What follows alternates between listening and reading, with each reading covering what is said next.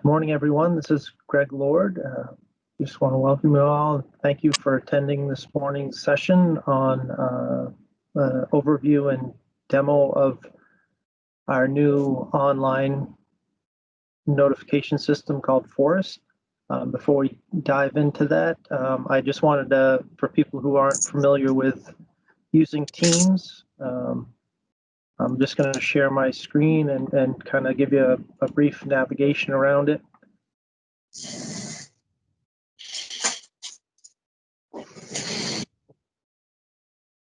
So in Teams, what we're going to ask just to help save everyone's bandwidth is to make sure that your cameras are off. And to do that, up at the top right, there's a little button where there's a camera, and just click that to turn it off or on. At this point, I ask you just to turn it off for now, as well as to mute your mic, which is just to the right of there, a little microphone, just click that to mute it. And if you find that you have any questions during this whole session, you can either use the show conversation or chat box, which is the little bubble there. You click on that and it's going to list out, questions that have been asked, but it also at the bottom allows you to put in any questions or comments you have.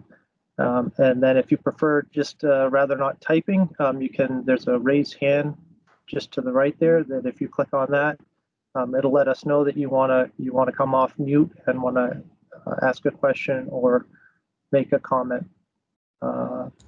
So with that, we are going to record this. Actually, I've already started that recording. And let's see, just make sure. Just want to let you know that, between Mort and I, Mort's going to start off with an overview of FOResT, and then I will, after a short break, do a more in-depth demo of the steps of using FOResT. And before I hand it over to Mort, I do want to just identify I'm the project lead for this. So if you have any questions, comments, suggestions, please email me after the session, or provide them in the chat box or verbally through the microphone. And I do want to thank our team, which includes Stephen Nicholas, Adam Cates, Greg Miller, George Harris, Joe Mintz, Don Mancius, and Morton Mosswild. So I do want to thank this. It's been a little over a year. Started last August developing it. So we're at a point that hopefully on January 1st, it looks like we'll be going live with this for others to use. So with that, I would hand it over to Mort, and we can provide the overview on this. Great. Thanks very much, Greg. I'm just noticing that a couple of folks still have their screens up and they're not muted, so it would help us if you could do that at this point. Just mute your microphones and stop sharing your video as well. I'm gonna start by sharing my screen, and Greg is gonna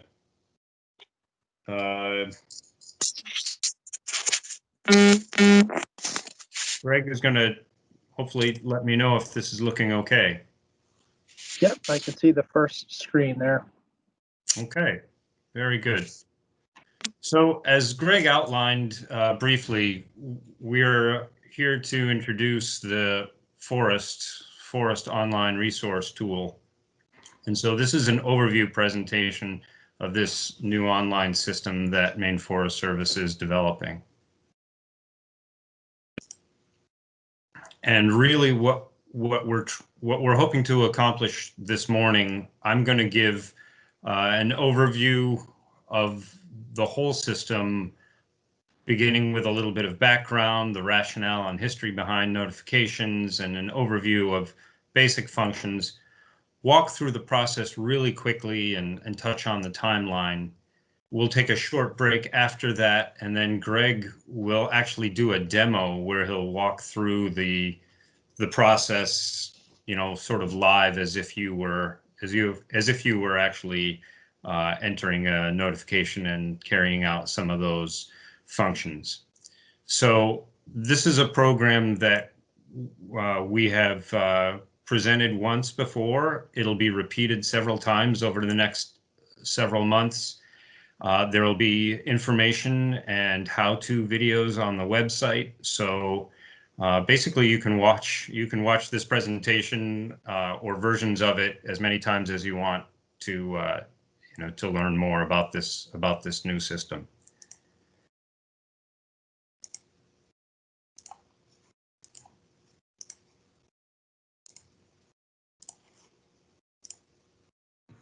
So most of you folks are familiar with forest operations notifications. They've been around since about 1989 with the Forest Practices Act. It's a system that requires landowners to notify Maine Forest Service of timber harvesting activities.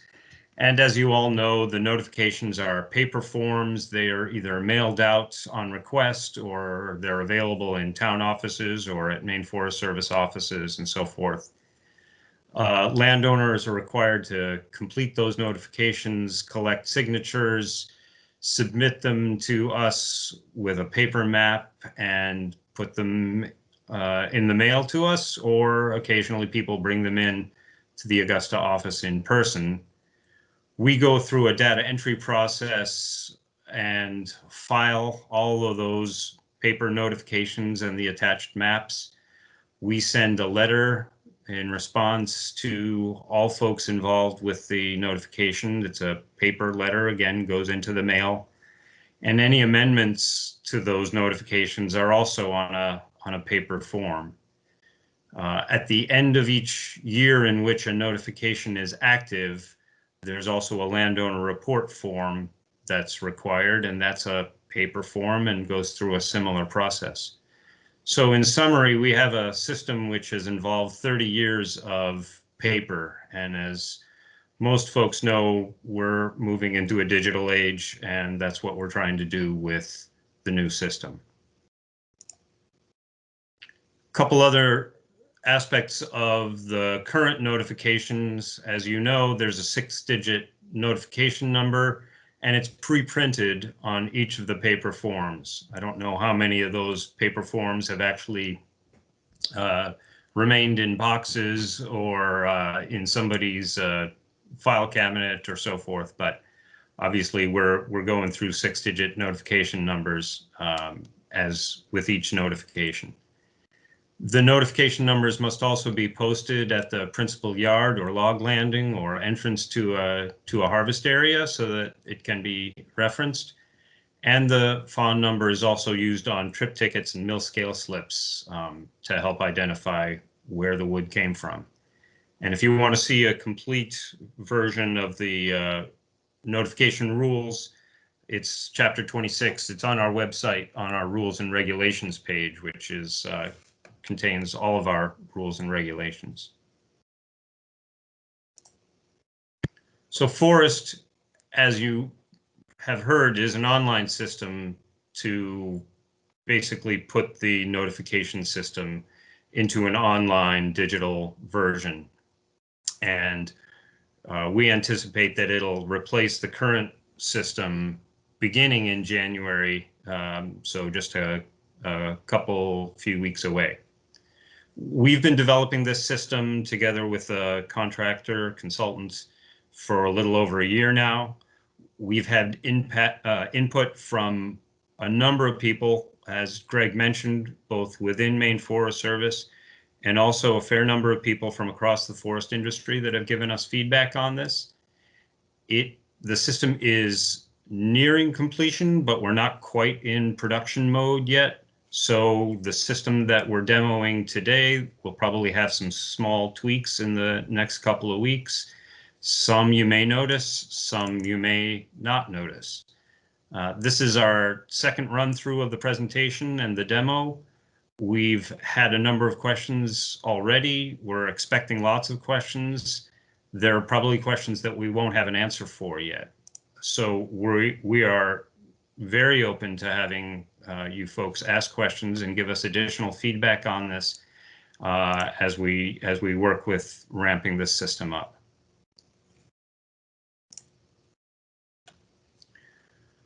A couple of the key features of FOResT just from the outset. Obviously, it's an online interface, but what we've tried to do really is to follow the current notification structure pretty closely. You'll recognize some of the language. The process will be similar. The way that it flows, I think, will be very familiar. So we haven't deviated very much from the content and sort of the framework of the existing FON system. A couple other key features: there will be online accounts established for each user, or each user will establish an online account. It will involve digital mapping, so the maps that you submit will be created right within the system. There's a fairly intuitive data entry process with notes that clarify, define, give you better information if you have questions as you're walking through. I think you'll find that it's a quite intuitive system to enter your data. Signatures will be submitted digitally, and we'll talk about that system as we go. There will be automatic notification of all parties.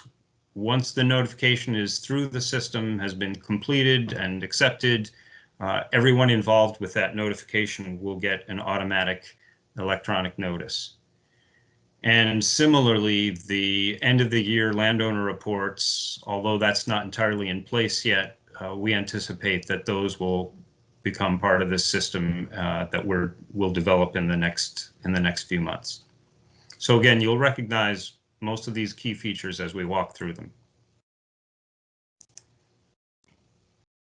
This is essentially the home page where you'll begin any of your processes. And so just as an overview, again, the different functions that a user will have will be to create an account. All parties must have an account, so everyone using FOResT will need to create an account. You can sign into that account at any time. You can start a new notification. Within that notification, you can identify your role and who else is involved or associated with that notification. The roles that you'll see are the same ones that you're already familiar with: landowners, designated agents, foresters, and harvesters. You'll be able to digitally map the location and the activities. You'll be able to return to a notification that you've begun and work on that draft further. Once it's complete, you'll sign or certify the notification. The system will also allow any user to look at notifications that are already associated with your account, whether they're pending or active or inactive notifications.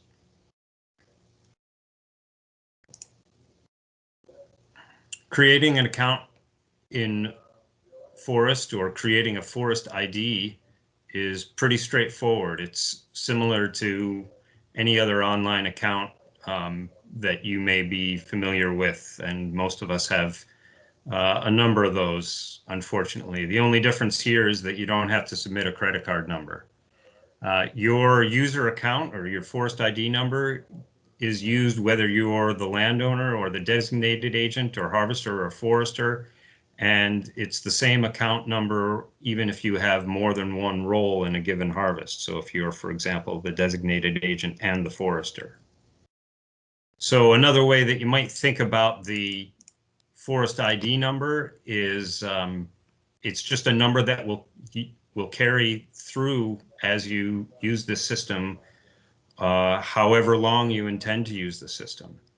If another way to think about it is if you hunt or fish or trap and you get a you get your licenses online, you might think of this as being similar to a Moses number. If you're familiar with that system, basically it's your ID in IF&W's licensing system, and you use the same Moses number over and over again, regardless of which year it is and whether you're getting a regular hunting license or a muzzle loader or a fishing license or whatever. So the FOResT ID number is simply a number that identifies you as a user in the system.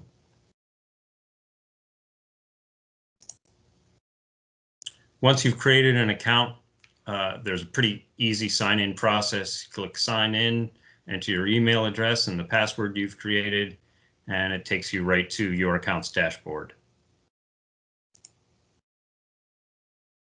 This is what the dashboard looks like. It essentially shows you a bunch of information and gives you a number of options. You can create a new notification, basically clicking on that button there. You can look at pending notifications. These are ones that have not yet been completed, that are in draft form that you're working on. You can look at the active notifications that you have that could include as many notifications as you're associated with in whatever role you might be playing with that notification.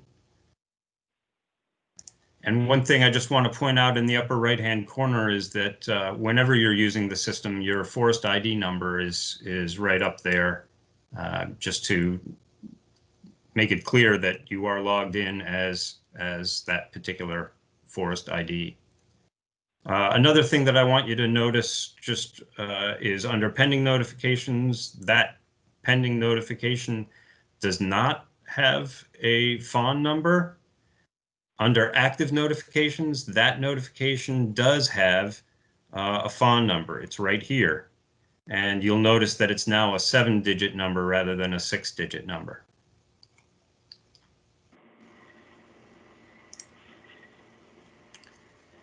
So someone who's creating a new notification needs to be either the landowner or a designated agent. So only landowners and designated agents can create a notification. The designated agent may also be the licensed forester or the harvester. So any of those folks can create a notification as long as they're either the landowner themselves or the designated agent.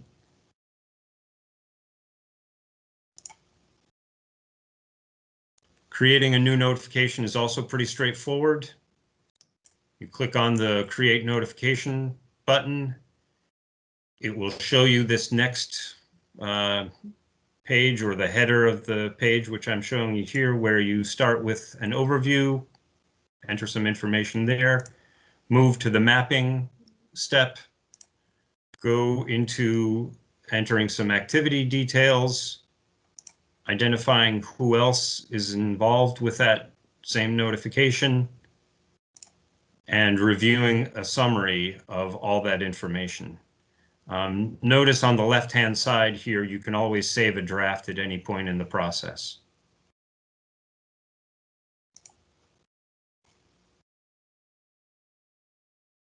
So landowner or the designated agent is entering that information. All the questions that you encounter have to be entered sequentially. So essentially, you're starting with the overview. Once you complete the overview, you can move on to mapping. Once you've completed the map, you can enter the activity details. So you have to finish each section before you can move on to the next section. However, once you are finished, you can, with each section, you can move back up and edit previous sections, and then click the next button just to move along through the sections. So it's a fairly straightforward and I think intuitive workflow.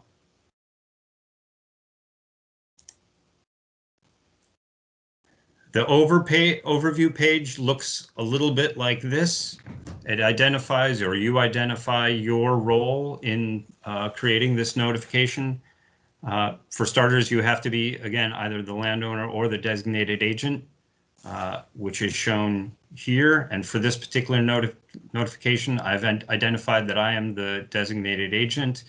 I cut it off a little too much, but on the right, you'll notice that there's two other boxes. And in this one, I identified myself as also being the licensed forester. So you can identify as you're creating the notification all of the roles that you are playing as the notifier on this notification. There's the notification schedule, as you're familiar with, up to 2 years with a start and end date. Property details, the town road and the parcel acreage.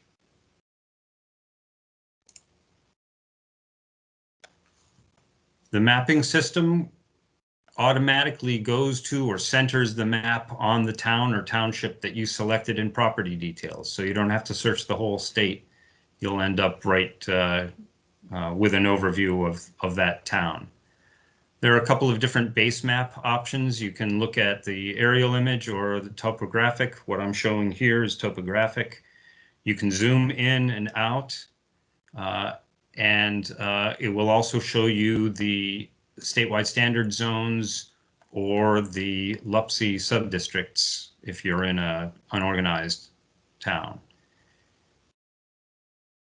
All of this, I think, will become a lot clearer when Greg goes into the actual demo, but just for starters, here's an example of switching over to the aerial image view. And what you're seeing here is essentially a harvest area that I've created. We'll look at this a little bit more.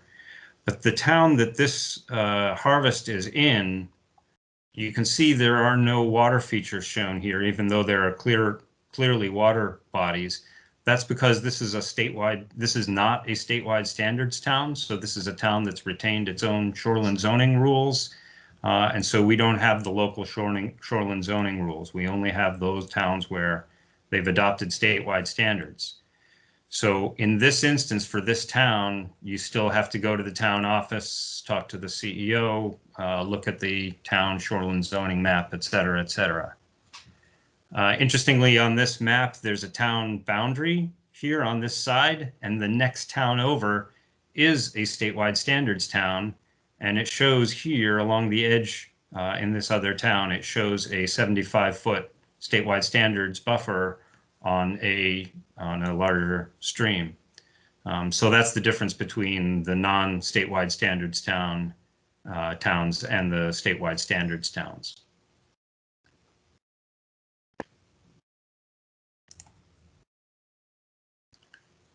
Online mapping is really quite straightforward. Greg will demo this later on, but it's essentially digitizing with mouse clicks. You can create polygons for the different harvest areas, lines for road construction projects, and points for water crossings. And with each of those, the system, for example, with the harvest areas, it'll automatically calculate the acreage of the polygon you've created, so you can sort of check yourself a little bit. It'll also ask you to identify whether the road construction is permanent or temporary, and whether the water crossings are permanent or temporary, or associated with a road or skid trail. You can map multiple locations in the same town. You can edit or delete different features that you've mapped. I think you'll see it's pretty slick. So this example again, as you can see, there are opportunities here to draw a new harvest area, draw a new road construction area, or locate a water crossing. What I've already done in this image, I've created this rectangle as the harvest area, and that's identified here as activity 1. It's a harvest. Its calculated size is 20.1 acres. And the other questions are not relevant, but if I wanted to remap this, I could just delete it and start over again. Similarly here, the second feature that I've shown is a water crossing. It's that little X right here. There's no calculated size, but I did identify it as a permanent water crossing that will be used on a skid trail. So if I needed to change that, I could do that quite easily. Another nice feature is that there's always a way to get more information. This little box will pop up and tell you exactly how to map a road if you're having difficulty with it. Just clicking as many points as you wish to mark the path. Double click to stop drawing. You can drag the line or points along the line to adjust it. You can delete a point. It all is really simple. Once you get through the mapping, you'll go to activity details. And again, one of the nice features is that the questions that you're asked or the data that you're asked for relating to the activities are only going to include those that you've actually drawn on the map. So you don't have to wade through or try to figure out what you need to skip over. It'll only go to ask you questions about what you've actually drawn in.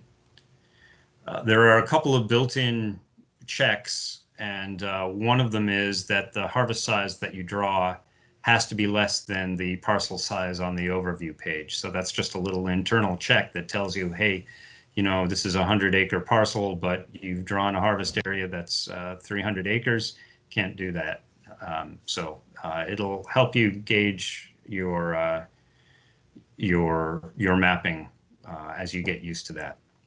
Another aspect is that when you're asked about change of use, if you indicate a change of use, the categories where before on the paper system it was always just a blank for you to fill in, now there's actually a drop box of choices there. I think there's 7 or 8 different choices, and that will hopefully make that a little bit more straightforward.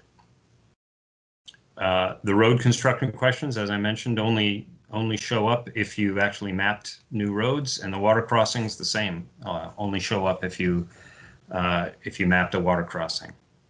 Again, you can't move from page to page until you've entered all the information and it's consistent, at least as far as some of these checks that I've identified here.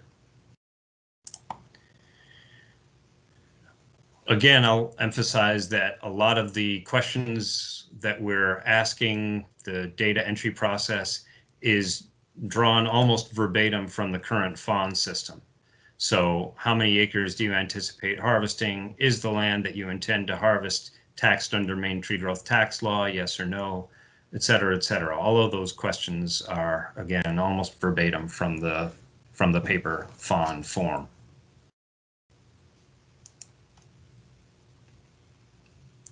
The contacts you all as the notifier are already identified in there, but you can add other parties to the notification.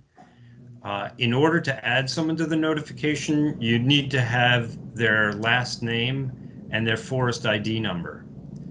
So this means that when you're adding or creating a notification, you already have to have communicated with, planned, set up, understood who is going to be involved with the notification. We don't recommend that you start a notification until you've actually established who's involved and who's doing what. Essentially, we don't want people putting in identifying others involved with the notification if they haven't already confirmed. For example, occasionally we still get notifications where someone has written in a forester's name and that forester really isn't involved with the notification and doesn't know anything about what's supposed to happen. So in this system, we're protecting basically parties from having their contact information submitted if they haven't already agreed to be associated with that notification. One of the things that this means is that you might want to pay attention to sharing your FOResT ID number with too many other folks. You'll always have an opportunity to decline a notification, but you don't want folks to be putting your name in when you're not going to be part of that notification. So this is what that's going to look like. And again, Greg will demo this a little bit more carefully, but essentially you will enter the party's last name, enter their FOResT ID number, click on the button that says Find Landowner. In this example, I'm creating this notification as the designated agent. So I need to enter a valid FOResT ID number for a landowner who's already set up an account, and that's how I can add them to a notification. So I know the landowner, the landowner's name is Greg Lord, and I have their FOResT ID. I've put that in, and it pops up as having a valid FOResT ID number, and then I add the other information to describe that landowner. The designated agent information, as I noted in this example, I'm the designated agent and the information is already showing there. I'll then go to entering the harvester's information. Again, I'll enter the last name and the FOResT ID number.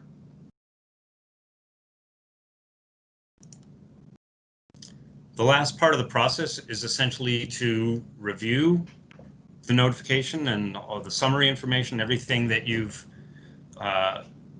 entered as the notifier. Each section essentially has a checkbox for you to confirm that you've entered the correct information. It raises a couple of notes of concern, things like quarantines or other features that you may need to be aware of. We'll see examples of that, and it might tell you about additional actions that are needed, not necessarily as part of the notification, but just things to be aware of, permits and the like. So we'll see examples of that in a moment. And essentially, you as the notifier have to confirm that you've looked at all that information and that you are aware that you're aware of everything that you've entered is correct. Information we're supplying back to you through the system, you've taken notice of it. Once you certify as the notifier, certify in this case simply means you're signing the notification. Once you've done that, the other parties that you've identified on the notification are going to automatically get an email asking them to also sign or certify that notification. And once all the parties have certified, the notification is complete, and at that point, the 7-digit FON number is generated. So what this looks like in practice a little bit is the summary shows up with all the information that you've already entered. Notice that at this point, it still says that this is a draft notification, so you're reviewing your draft before you actually sign off on it. The overview information shows up just as you've entered it, and essentially for each section, for example, here in the overview information, there's a place for you to check that you have in fact read through that information and are confirming that is correct. The language here says mark as read.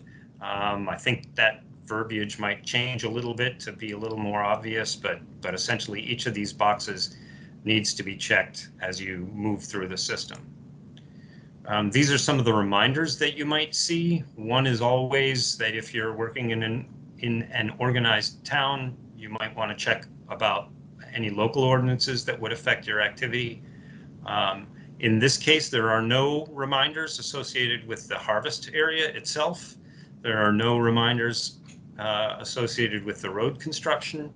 However, the water crossing, because I've identified a permanent water crossing in an organized town, it's going to require a permit by rule. The permit by rule is a completely separate process. This is just a reminder that you will need a permit by rule for the water crossing that you've identified there. As you're working through this process, you'll note here that the last box is not yet checked, so you're not actually able to certify this notification until you've checked all the boxes and essentially said, yes, I'm confirming all of this information. Once you have done that, all those boxes are checked as read. You've gone through all of that information, the map, the activity details, you've acknowledged who the contact people at Maine Forest Service are and read through those reminders. Now you can check this certify box. It's important to note that there is not an editing feature after you've certified it. You can withdraw a notification, but once you've certified it, you can't change it because now it's going to go to the other users so that they can also sign or certify this notification.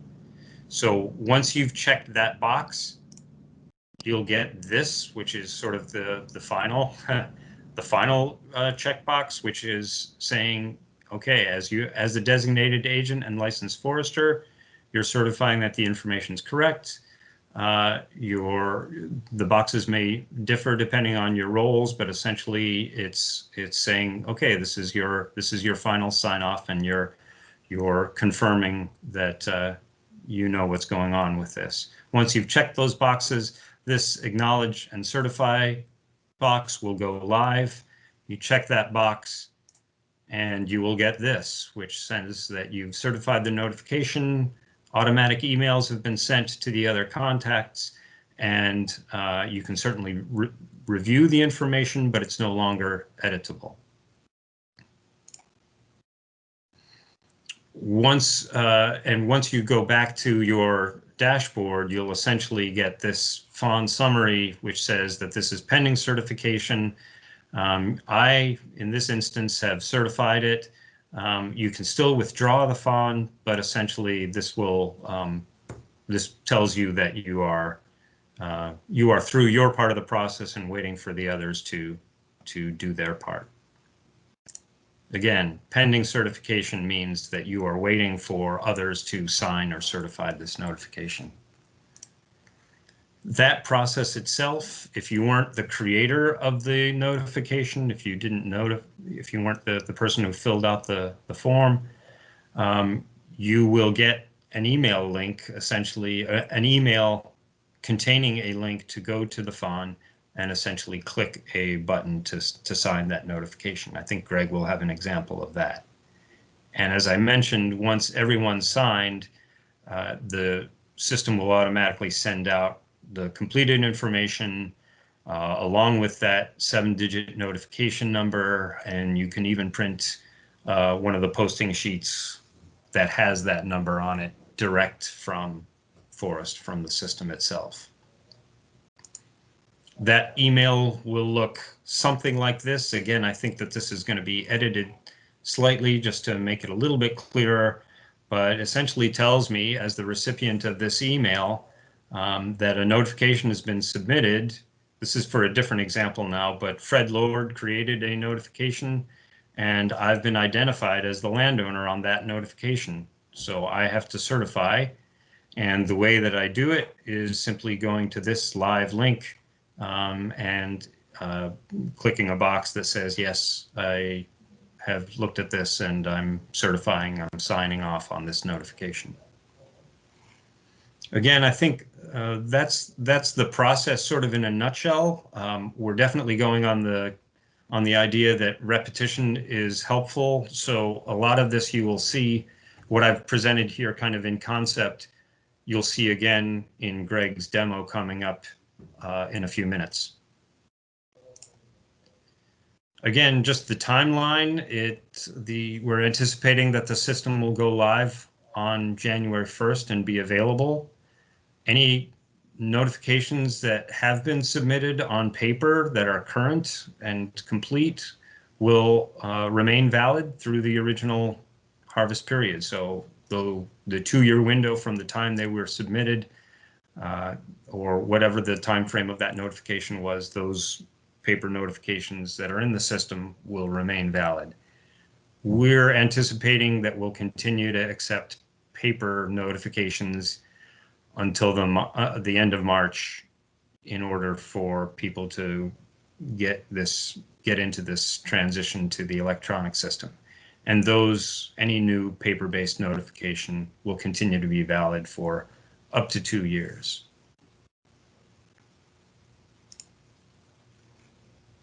We are, as I mentioned, anticipating questions. We're doing our best to help people become familiar with the process. Again, much of this information, including this presentation and the demo videos and other resources, will go up on our webpage.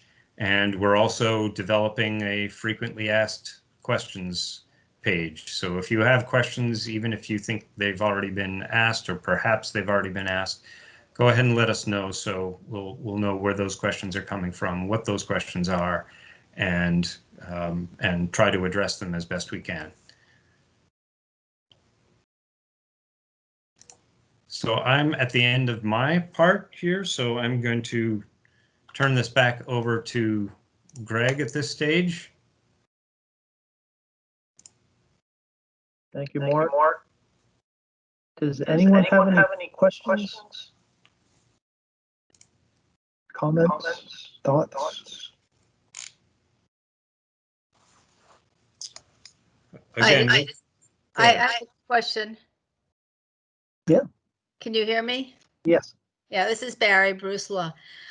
There are still a few loggers and landowners out there who really don't do much with computers, and I'm wondering about them setting up the process. Everyone is going to have to get their identification number, and I can see how this is going to kind of make the process take longer. And do you have any way of dealing with loggers and landowners who are kind of computer averse?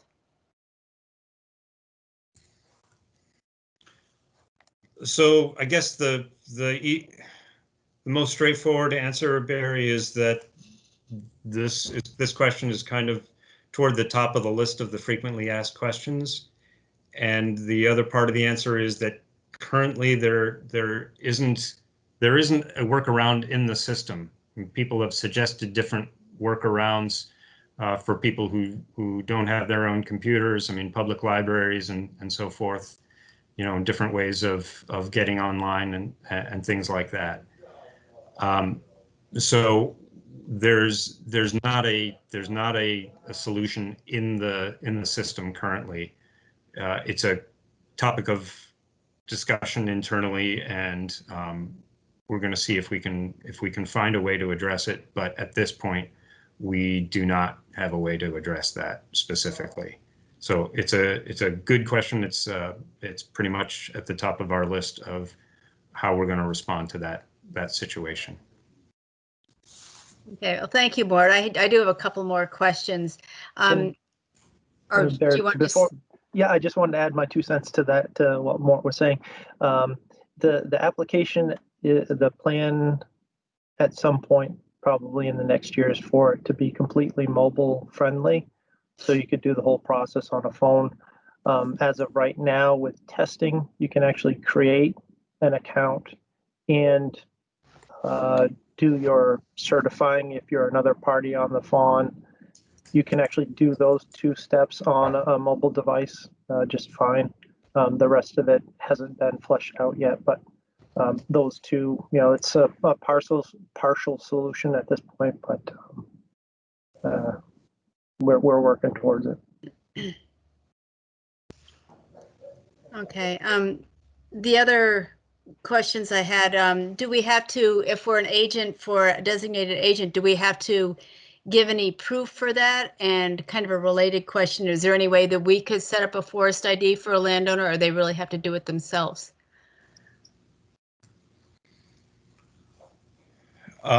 As far as the proof of designated agent status, as you know, in the past, there's been a statement with the landowner's signature directly on the notification, which essentially says that the landowner is authorizing you as designated agent, and that's required in rule. In the FOResT system, you probably didn't notice it. It was kind of in the details, but when you're acknowledging and certifying your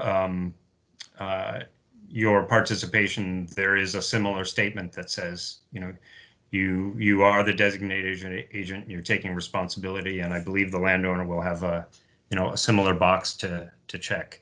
So that's that statement is still in there, and we don't anticipate requiring something separate. The second question you had, Barry, was, I'm sorry. Oh, similar. Can we set up a FOResT ID for a landowner? You know, the way the internet works is anybody can set up an account for, you know, for anyone. I think it depends on what's your relationship with the landowner, and are you comfortable? Are they comfortable? Do you have some other form of, you know, way of protecting yourself in terms of a written agreement or so forth? But there are obviously people are already suggesting workarounds, and that's a possible one. I'm not going to tell you yay or nay that that's a thing that you can or should or would want to do, but certainly people have suggested different kinds of workarounds, including that one. Okay, thank you. All right, thanks, Barry.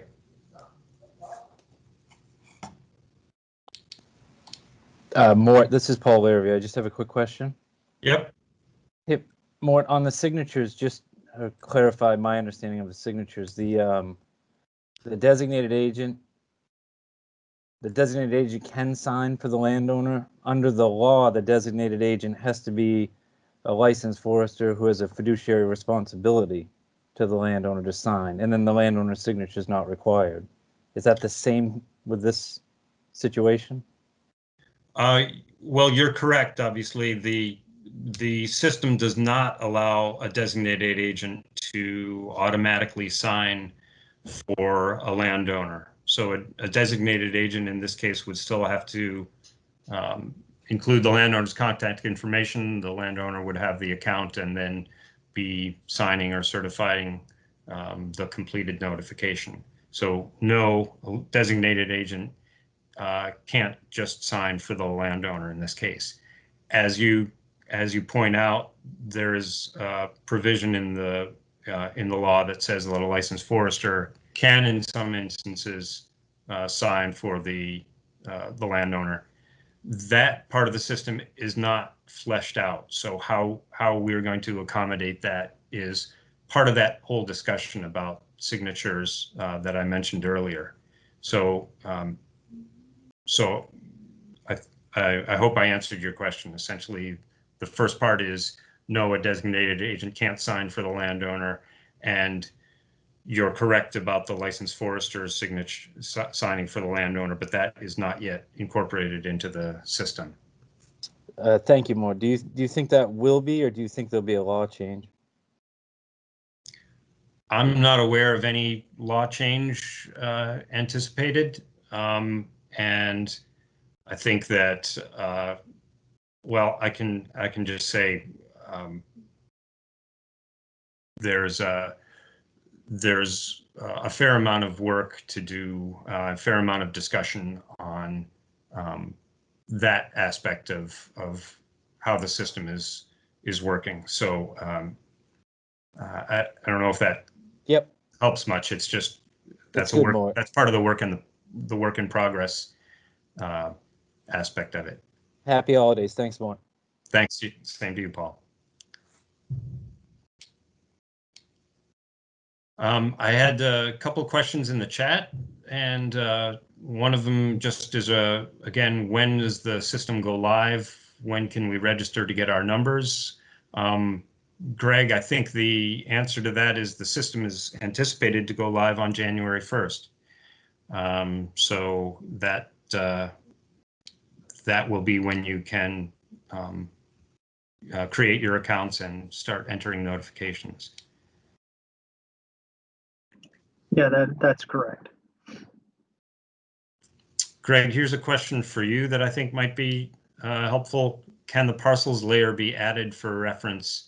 And will there be a possibility to upload GPX or shape files for rendering in the map for reference? Heads up, digitizing may get a bit tricky in remote locations. Is that something you can address? I know, well, I think George answered it, but we at this point, we don't have the ability to upload files. It's on the list to do.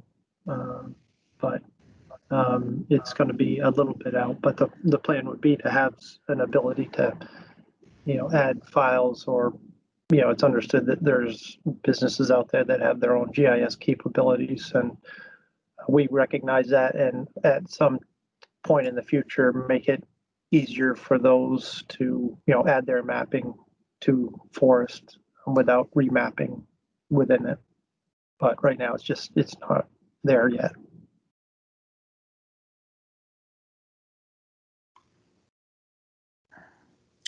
The question of how this system is accessed, whether it's through the department website, Greg, I'm not sure exactly where this system will live in terms of how people get to it. Yeah, so I'm working on developing a sort of a main page that has some background information where all these recordings will be, and there will be a link on there to the actual production version of FOResT, and then we'll be sending links out to it when it goes live through our email distribution bulletins.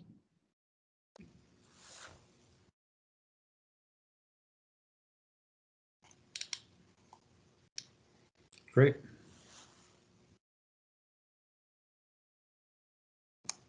This is Barry. I have just a couple more questions. I assume you have outreach programs in place to reach landowners about this, and especially loggers, because I think there's a lot of loggers that fill out these forms on behalf of the or fill them out for timber sales. So are you having our loggers invited to these informational sessions? Are you publicizing it to them? We're sending it. We have a email bulletin for loggers that we've been sending it out to. We've also been including a flyer, just an announcement saying this is going live or going online in January 2021, with all our people calling up and requesting paper fonts. We've been putting a flyer in with all those requests. So we've been trying different ways of getting the word out.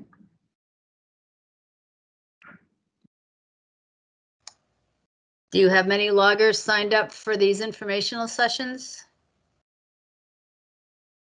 We had a few on our first session 2 weeks ago, and we'll be continuing, like Mort mentioned. We're taking a little break over the holidays, but January 6th is our next session, and we'll basically every other Wednesday we'll be having these sessions through the end of March. And yeah, if you have thoughts on other ways of reaching out to loggers, I'm more than willing to send the notices out other ways. Okay, yeah, that sounds good. I'm assuming you've put it on the loggers list that goes out. Yes. Yep. Okay. Okay, good. Thank you. Thank you.